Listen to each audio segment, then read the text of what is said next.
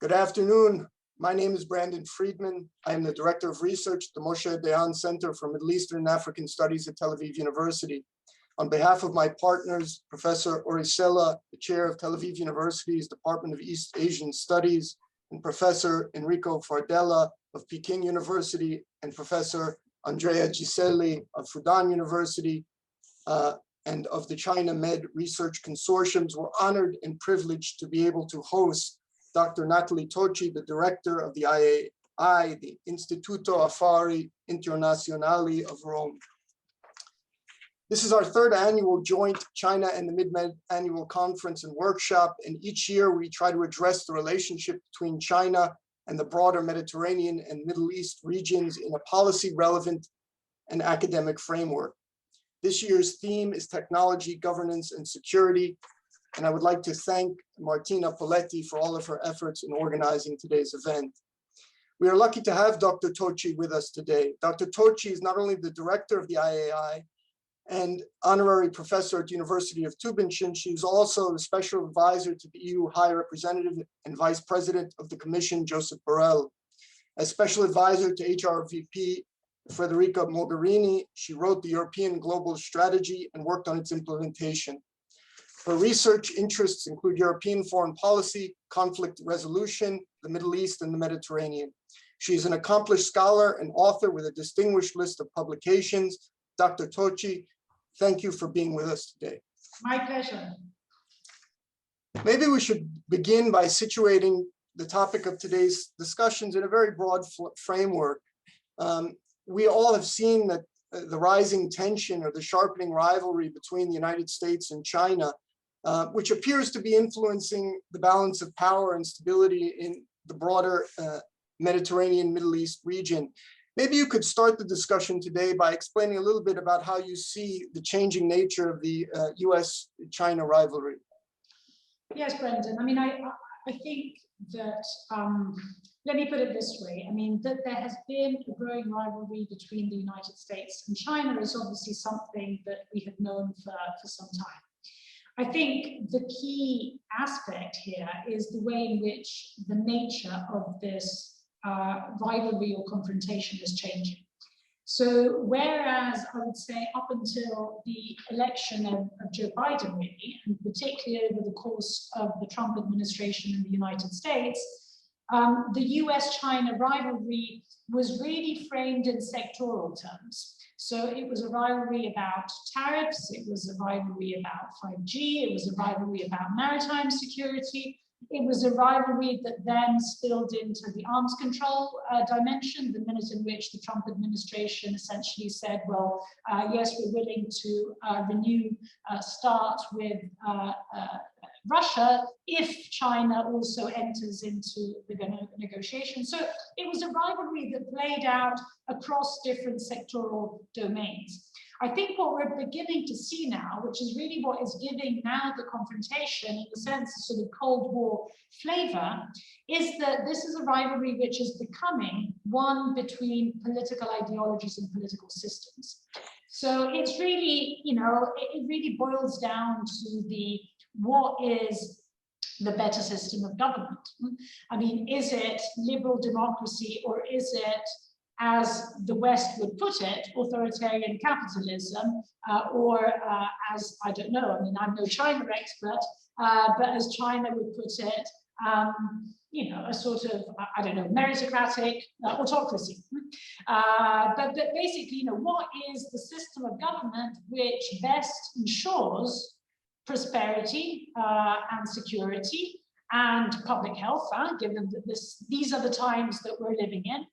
And so this is, in a sense, what gives this confrontation, which obviously then has repercussions for all world regions, including obviously also the Mediterranean and the Middle East. But basically, it's becoming a political and ideological confrontation, which is, in a sense, different from the Cold War in various respects. I mean, I would say that probably the two principal distinctions is firstly the fact that today's confrontation is one in which interdependence and connectivity are a sort of predominant feature of life, and for all the talk of deglobalization and decoupling, I think that interdependence and connectivity will continue to remain a main feature of life. So that's, I think, a principal distinction in a sense between the Cold War and today's situation, where obviously in Cold War times that interdependence was not there. That economic, especially connectivity, was not there. And then I think there is a second key distinction, which in a sense gives one, to an extent, hope that this is not a competition that necessarily has to spill into confrontation, which is the fact that I think, and again, I'm no China expert here, but I would say that it seems to me that unlike the Soviet Union, China does not have an international expansionist project in the way in which, obviously, this was one of the dominant features of the Soviet Union. So it was not simply about proving that one's model worked, but it was about expanding one's model to the rest of the world. I mean, it seems to me that China is certainly interested in having friendly governments in different parts of the world, but it doesn't necessarily mind if those governments are democracies or authoritarian systems. I mean, so long as they're friendly to China. I mean, that seems to me to be more important. And given that there isn't this, in a sense, expansionist nature to the confrontation, I think that on the US side, the aim is not that of destroying and overthrowing, in a sense, the Chinese regime in the way in which, obviously, it was deep down the aim. I mean, an implosion of the Soviet Union was really what the Cold War confrontation is about. So I think this sort of second distinction, in a sense, offers, to an extent, hope that we're not moving in a sense. This is something that is going to play out in different world regions. It doesn't necessarily mean that we're set for a sort of deadly confrontation of sorts. Having said that, I do think that this is going to be a rivalry which, for both sides, is going to be much harder to win, basically, in the sense that, you know, I think that whereas during the Cold War, whereas it was a quote unquote real confrontation in the nuclear realm, you know, in all honesty, as far as political systems are concerned, I mean, there was not exactly a queue, you know, trying to escape from West Germany to East. I mean, if anything, there were attempts being made the other way around. So I think that, you know, with the exception of the 1950s, there was never really much of a, you know, the confrontation was won. I mean, it remained a real Cold War in the nuclear realm. I think that in the case of US-China, we're talking about economic competition and governance to the extent that it impacts on the ability to grow, to innovate, to redistribute, because that, you know, equality is also another big part of the picture, as well as to provide better governance, as I said, in terms of security and health and whatnot, climate, etc. So yes, I mean, you know, I think sort of just a final sort of broad remark is that the minute, though, that this confrontation is acquiring these political undertones or overtones to it, I think that inevitably different world regions are going to be drawn into it. I think that whereas, for instance, looking at it from a European perspective, yes, Europeans want to make sure that they have a right to choose, and hence, for instance, the whole debate of European autonomy, European strategic autonomy.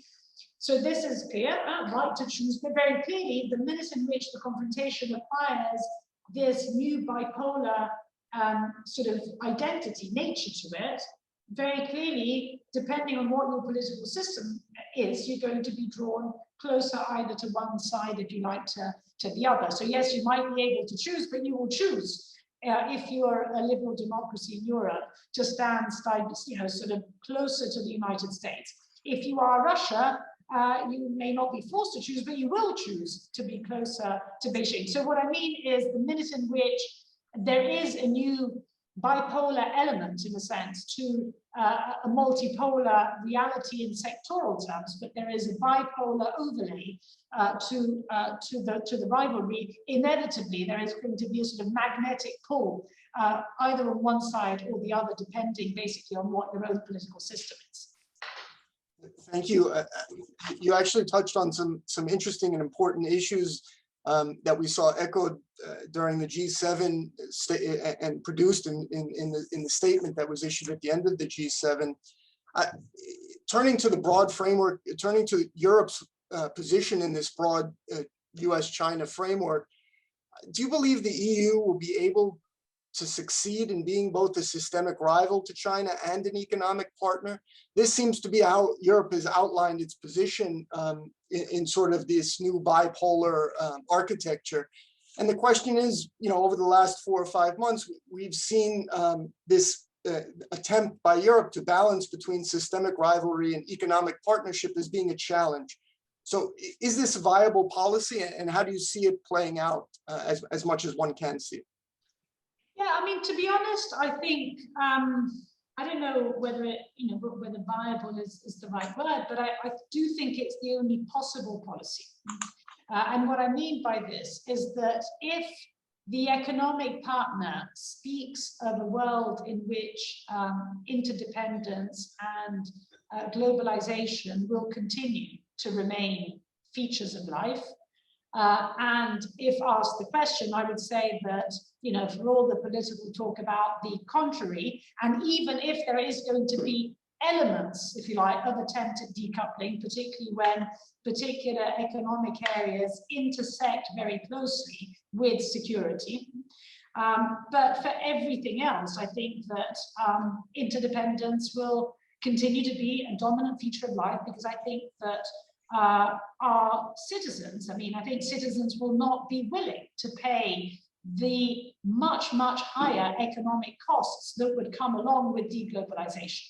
So I think that, one can argue exactly where to draw that line. To what extent to shorten supply chains, to what extent to diversify, to what extent to duplicate. But I think that you can't bring it, to one extreme. So if one does not bring it to an extreme, which I think is not viable, then the only viable alternative is that there is going to be an element of economic cooperation which will prevail, which does not mean that it is incompatible with that element of systemic rivalry, which I think speaks to what I was talking about earlier, i.e. this element of a systemic rivalry, which is fundamentally, I would say, about values. About values and the way in which values then, as I said, intersect with policy aspects which also have key security features or implications to them, like digital, for example. So, I think the debate between, if you like, systemic rivalry on the one hand, which is a rivalry about systems, and economic cooperation, which is really about, as I said, economic cooperation, given that globalization to an extent will remain. If anything, the debate is about where exactly to draw the line. But I think it's not viable to draw the line either on one extreme or the other. So necessarily it will have to be somewhere in between.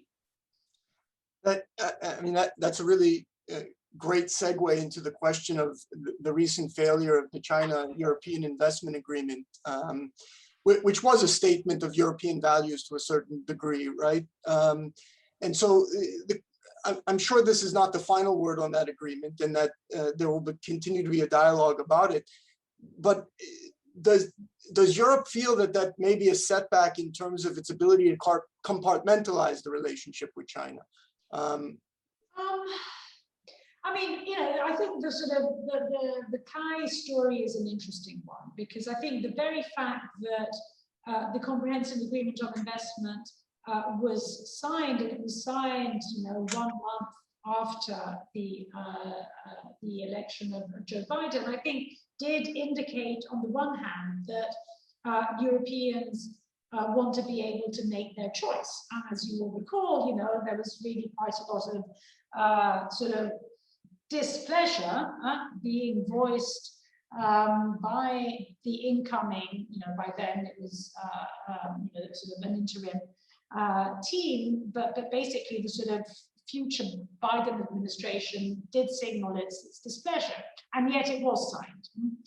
Now then obviously there was the ratification process, there is the ratification process being held up as a response to the sanctions on members of the European Parliament, on European researchers, etc., which in turn China argues is a response to. So, very clearly that systemic rivalry element is interfering.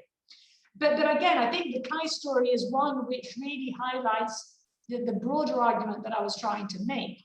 Where exactly are we going to draw that line between economic cooperation on the one hand and systemic rivalry on the other?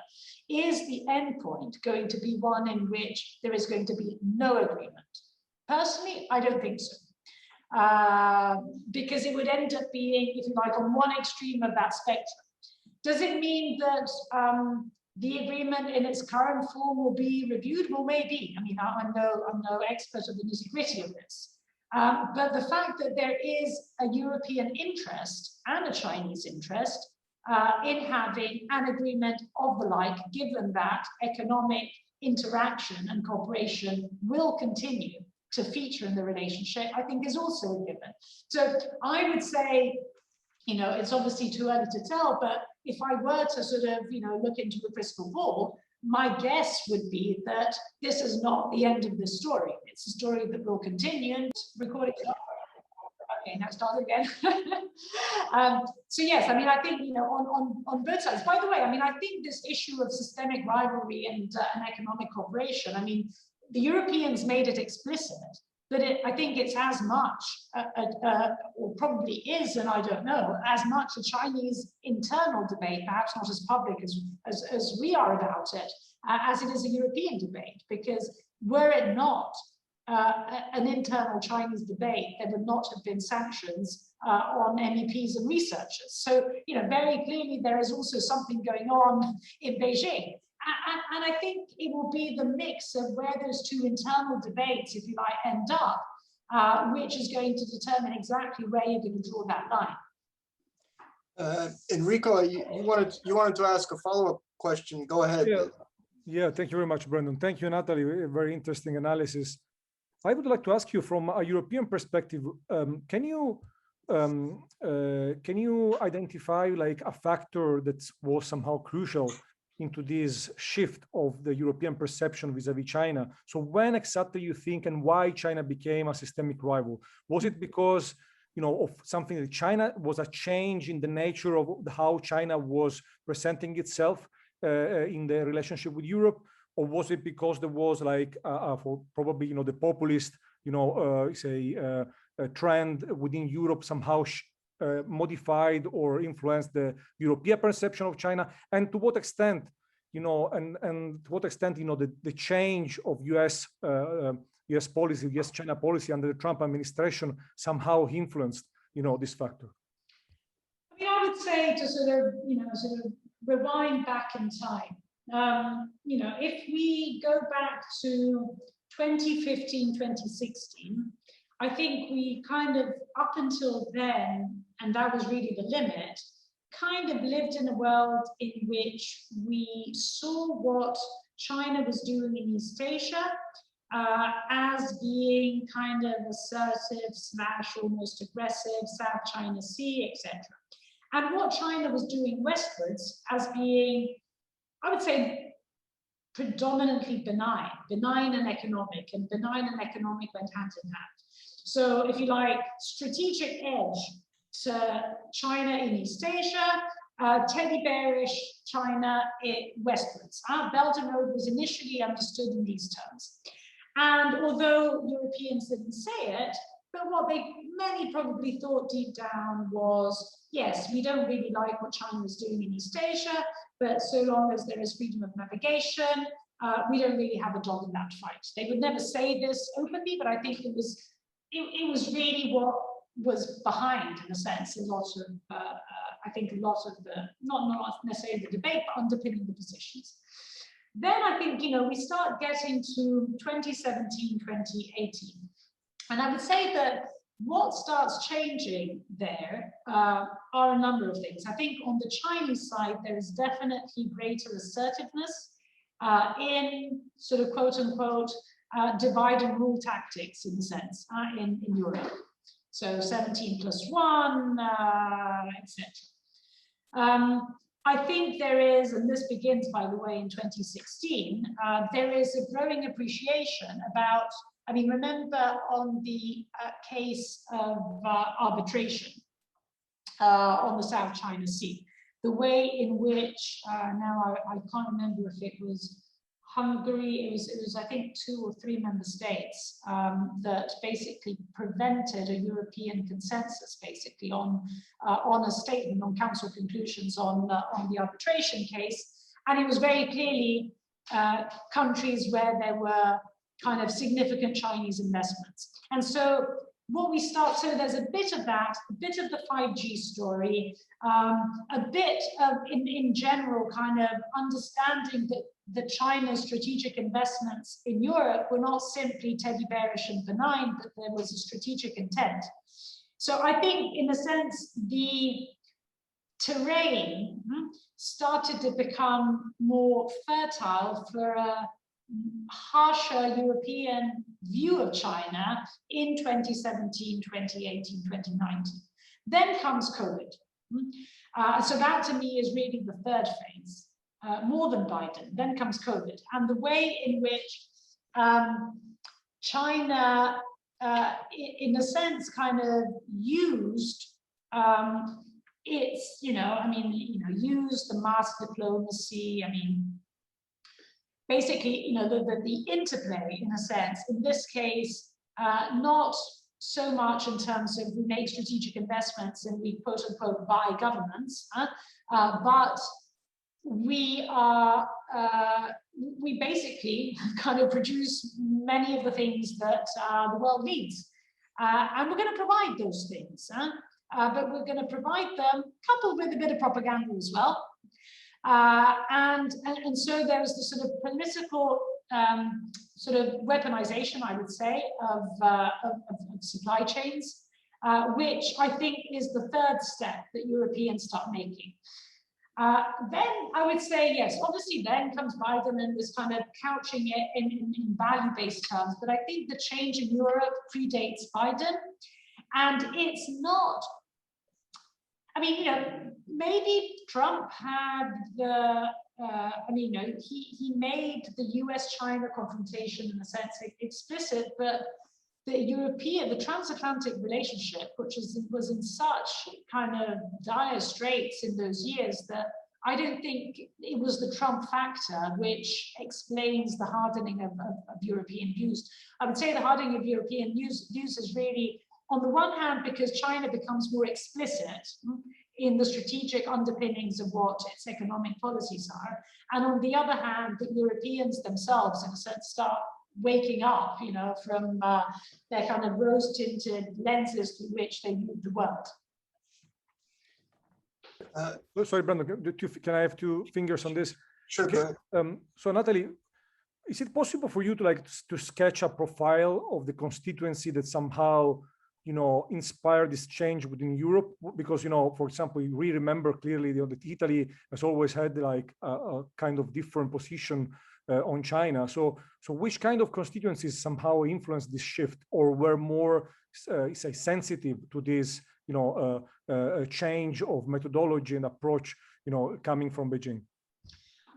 If one is to stick to the Italy case, my sense, particularly over the course of the pandemic, and particularly given that Italy was obviously on the front line of this during the first wave, I actually think that it's Italy's own views of China changed quite significantly in those months.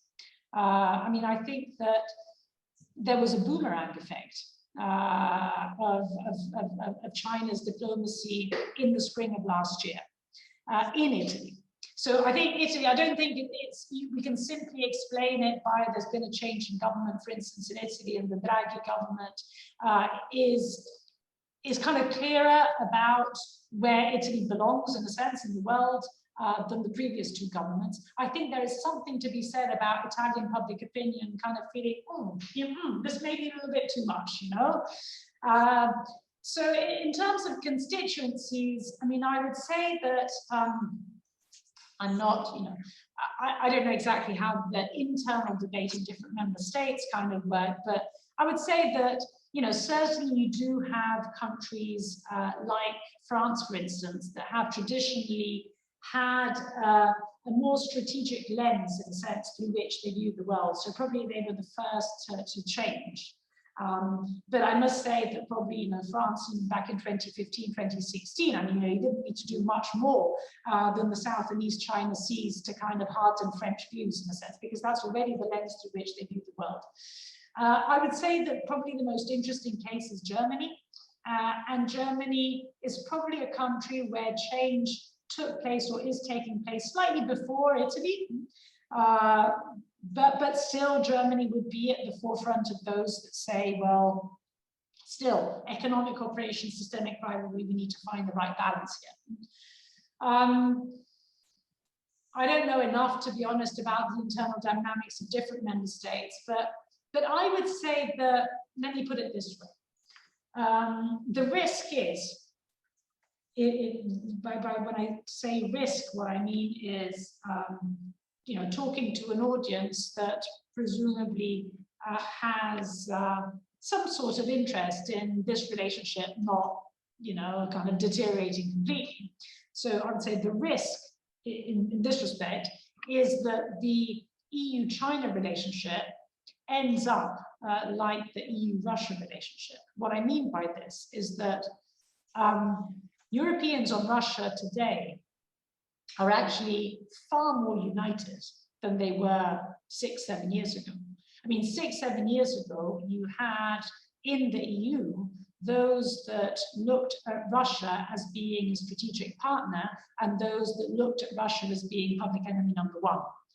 Today, you don't find anyone in Europe that talks of Russia as a strategic partner.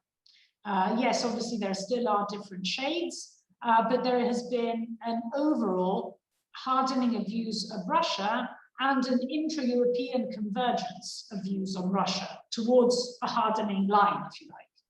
I think China seems to me to be on that trajectory. And this will obviously depend on how China acts, how obviously domestic politics in the EU works out, and the way in which the world itself sort of develops. But you see the direction of travel as actually being quite similar. That the last, I would say, compared in contrast of how Europe sees China versus Russia was extremely useful, and actually one of the questions I had. So thank you for anticipating it. I think one of my colleagues, Dr. Yoel Kornreich, wanted to ask a question, so I'll give him a chance before I continue to follow up with one or two other questions that I had. Dr. Kornreich, do you want to open your microphone, and if you have that ability, or maybe I need to give it to you and ask your question? Yes, thank you for that, Brandon. So just quick questions. There is this famous book or concept, the Thucydides trap, that the US and China are just destined for war. Do you think that that this is the situation, or it is preventable? And the other one, there was I think 2 years ago, before COVID, a speech by the Singaporean Prime Minister saying something like, yes, we have a bipolar world, but other small and middle powers have a choice, and this is multilateralism that is working together to strengthen all sorts of multilateral institutions. He talked about things like the WTA or TO, sorry, or in the case of Asia, the CPTPP, and things like that, RCEP and so on. So is this something that the EU might do, and the EU might be doing it with other countries? In recent years, the EU was signing all sorts of very historic trade agreements with other countries. So these are my two quick questions. Yeah, well, on Thucydides' trap, I would say that I would say that obviously the risk is there if one looks at Thucydides' trap as basically being a dilemma. I mean, the risk of miscalculation. Let's put it this way. So I think if you read Thucydides' trap not merely in structural terms, you know, the ascendant rising, the incumbent kind of not liking this, and kind of because of that structural dynamic, you automatically run into the risk of war. But if we read it not only therefore in structural terms, but I would say even in agency terms, i.e. this is made of people, human beings, that can mess up. And so there can be a miscalculation over, I mean, obviously here the most obvious case is Taiwan, as we all know, but there could be a miscalculation of Taiwan in which China goes a step too far, assuming that the meaning of strategic ambiguity is a bit more on the ambiguous and a bit less on the strategic in a sense. And that inadvertently leads to war. So yes, that risk in agency-related terms, I think, is there.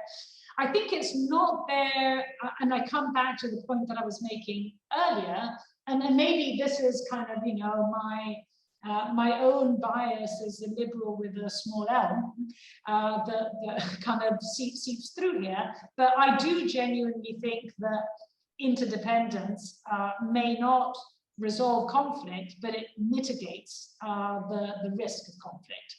And I do genuinely think that we cannot go back from a fairly kind of thick sort of interpretation of interdependence.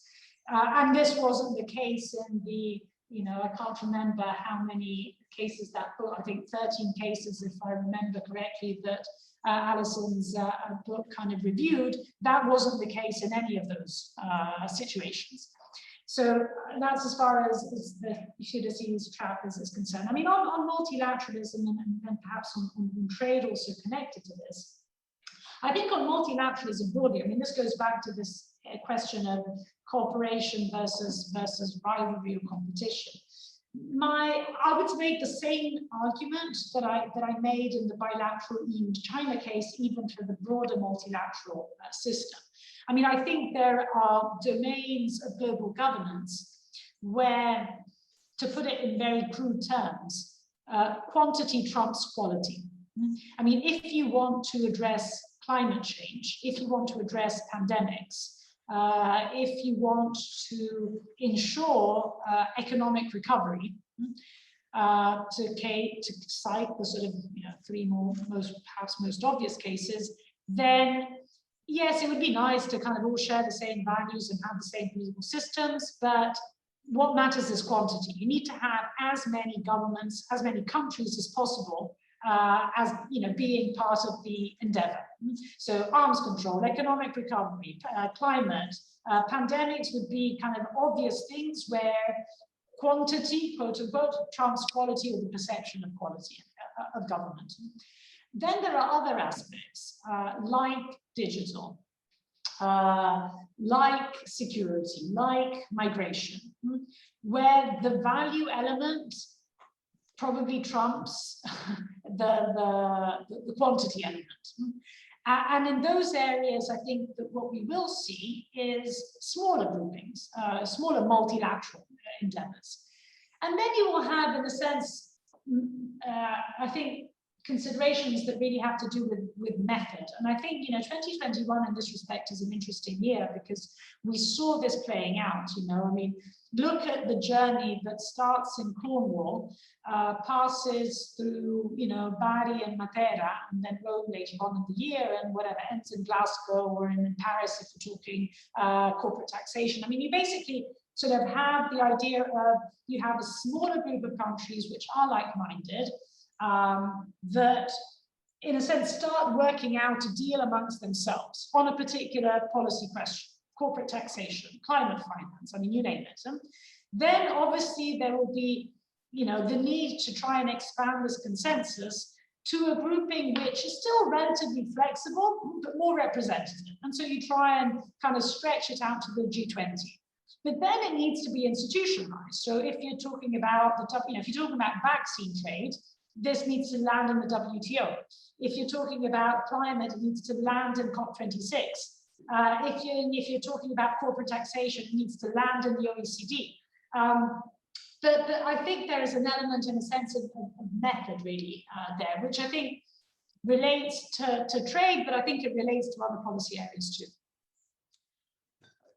That's a good opportunity to segue the conversation a little bit towards Europe infrastructure, whether it be digital or otherwise, and perhaps the Eastern Mediterranean. I mean, one of the aspects we've talked about the last few years within the framework of this workshop is the fact that we don't see a great deal of competition from the West in the broader Mediterranean Middle East area when it comes to China.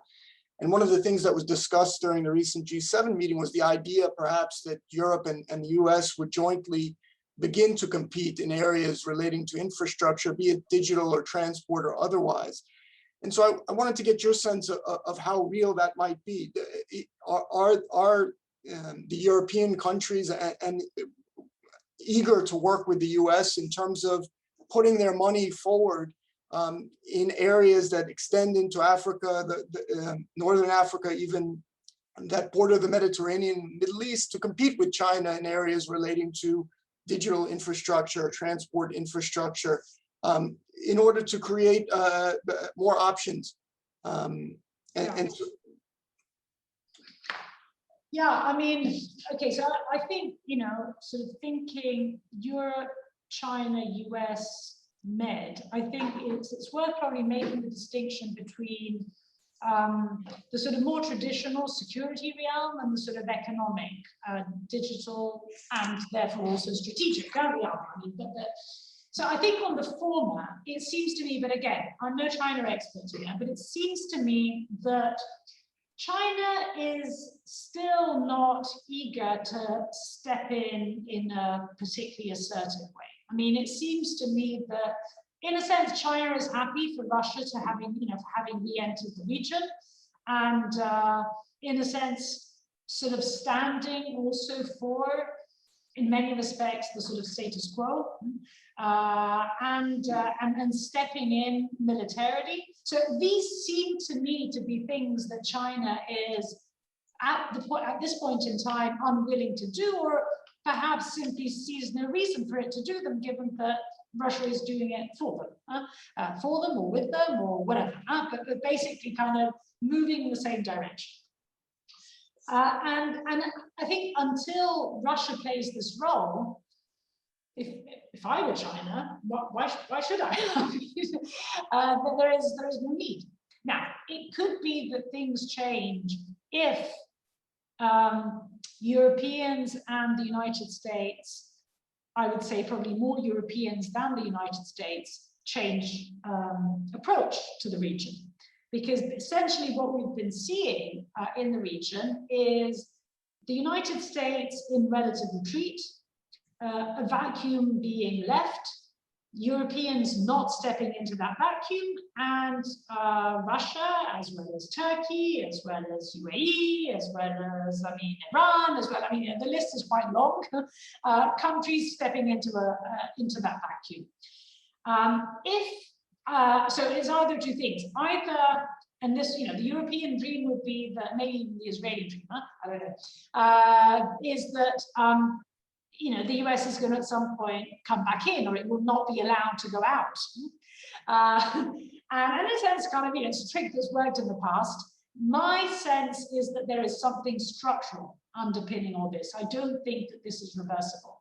I think that Europeans are conning themselves into thinking that the United States is going to return to the region in the way in which it was, for instance, in the 1990s or 2000s. And so, Europeans at this point are kind of left with a choice. Do they simply continue as they are, which basically means that the game is going to be played by Russia and by Turkey and by regional players, blah, blah, blah, or does it step up and do something? Now, if they were, hypothetically, if they were to step up into the fray, then maybe, I don't know, then it could be that the Chinese calculation changes. But at the moment, I don't see a reason for the Chinese calculation, in a sense, to change. Now, moving on to more specifically what you were asking about, digital infrastructure, etc. I think this is a hard kind of question that Europeans together with the United States need to confront, and they're beginning to discuss. Which is, one thing is that we may agree or disagree about what we think about Chinese, what we think about 5G in Europe, to take one obvious example. And it may well be that in the end we agree anyway, and there is not going to be Huawei in Europe, for instance. But what about the rest of the world? And if and until we're in a situation in which Chinese infrastructure, including digital infrastructure, costs a lot less, we can say all we like about the fact that we don't like it and we're free not to take it, but we can't. We either offer an alternative to third countries, which is an alternative which we can't simply talk up as being better in terms of quality and security and that. It also kind of can't cost too much because otherwise they may even agree with you that yes, it would be great to have your alternative, but I mean, if it costs kind of 3 times as much, then we'll make do with something which is of less quality and is more insecure and what have you. I think that we're only really at the beginning of this conversation, and my sense is that if we are to come up with a kind of viable proposition, it has to be transatlantic. It will probably not be. I think that neither the United States nor Europe, acting alone, will be able to provide that kind of alternative. I think that raises the interesting question of, particularly when it comes to the Mediterranean and the Middle East, is that there seems to be this frontier, particularly with respect to technology, between sort of what OECD-leaning countries, right, as you suggested, and what I would say countries leaning towards Chinese technology. And part of it's cost-related, part of it's values-related, obviously. And the question then becomes, I think, for the EU and the US, as you rightly pointed out, are they presenting an alternative? And if they're not, then what becomes of the US and EU policy in those areas? And I think that's the question. You referred to us in the traditional security realm of this notion of vacuum. But when it comes to technology, right, we're unlikely to see it manifest itself so openly as a vacuum. And so the question then becomes for the Mediterranean and Middle East regions is how they formulate a coherent policy moving forward. In Europe, they're using the phrase strategic autonomy. I don't think we've seen that kind of discussion emerge in the Mediterranean or broader Middle East in that way. But the question is, what would that look like for the Middle East or the Mediterranean? And will Europe and the US, if not providing an alternative, provide some other means of support? I know that's a difficult question, but I think this sort of frontier area of technology where you're saying the conversation is just beginning is crucial. So I wanted to know if in terms of strategic terms, how you see things evolving in those respects. Yeah, I mean, I think that, look, if you look at it from a European perspective, indeed, this is the debate about strategic autonomy. If you translate it in US terms, I would say that the US equivalent of strategic autonomy is Biden's foreign policy for the middle class. And then the question is, how does it translate in the region? But I think underpinning these notions is the sense of doing something which is, in very basic terms, in line with the norms and the interests of your population. It has to deliver to your population. And it has to deliver in terms of security, but also in terms of costs, in terms of, standards, etc. So it's obviously intimately connected to the values, in a sense, conversation. Now, I think that when it comes to these things, there is a healthy way and an unhealthy way.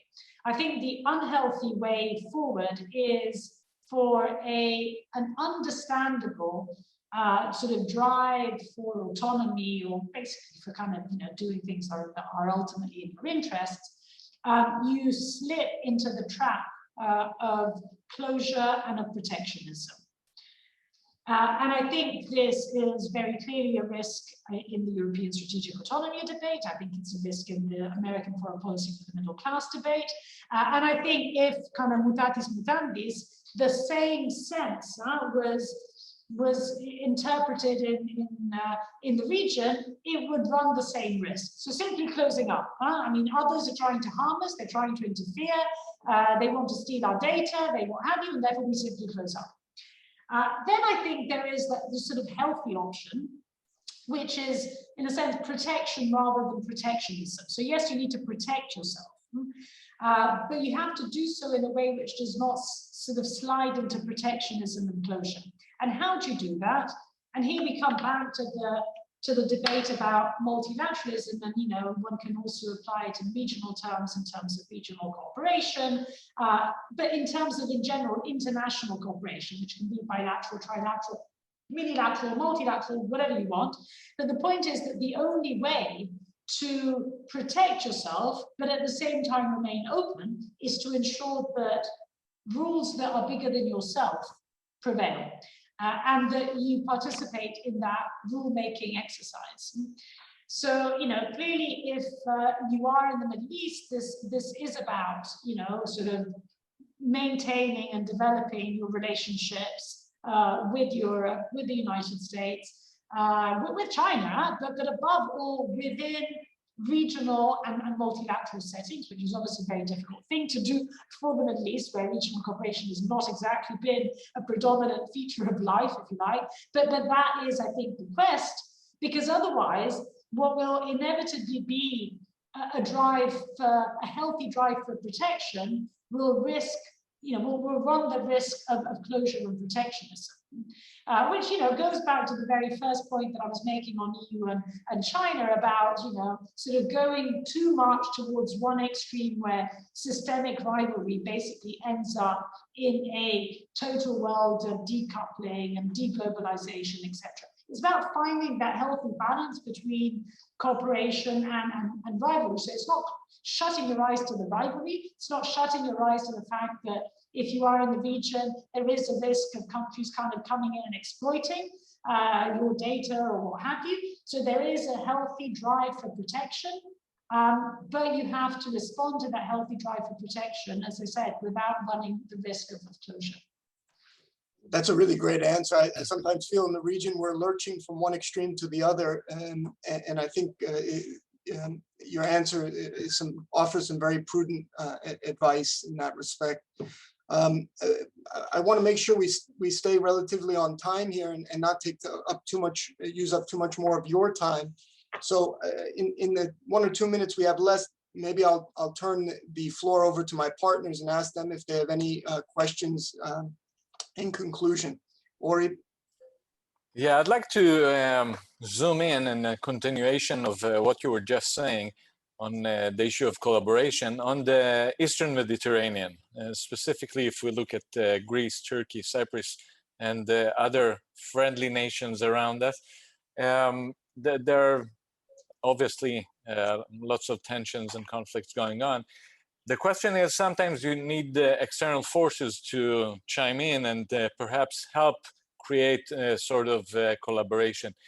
Do you see China, since it is a major player and it does have good relations with all parties involved, do you see it as a potential player that can create this sort of collaboration or easing of tensions?